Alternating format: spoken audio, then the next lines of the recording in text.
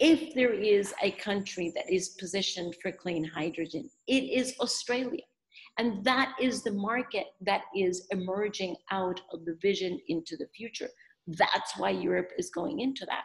That is why Europe, with this recovery plan, is creating 1 million jobs and is, of course, funding also a just transition fund, because it's important to take all those workers who have been for years, if not decades, at the service of especially the coal industry, to say nothing of oil and gas, but take them with us on this journey into the future.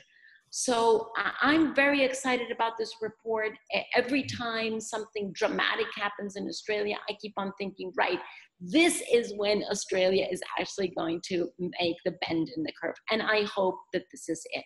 I hope that COVID has woken us up to understand that there will eventually be a vaccine for COVID, but there is no vaccine against climate change. Hence, we have to have recovery plans that plan for the future.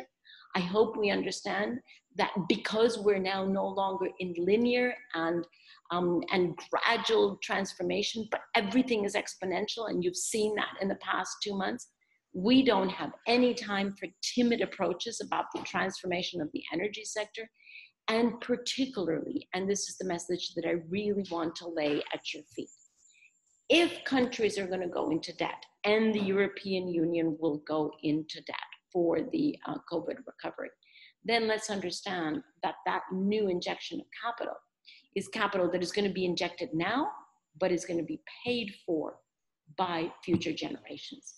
Hence, that capital has to be invested in the interest of future generations, and not with the perhaps unintended but very clear consequence of robbing future generations from their future and from their well-being. So with that, I congratulate the authors of this report. It's a very exciting report. And I am crossing all my toes and all my fingers for this to be the moment when Australia really is finally going to take the bend in the curve and move in the direction of renewables.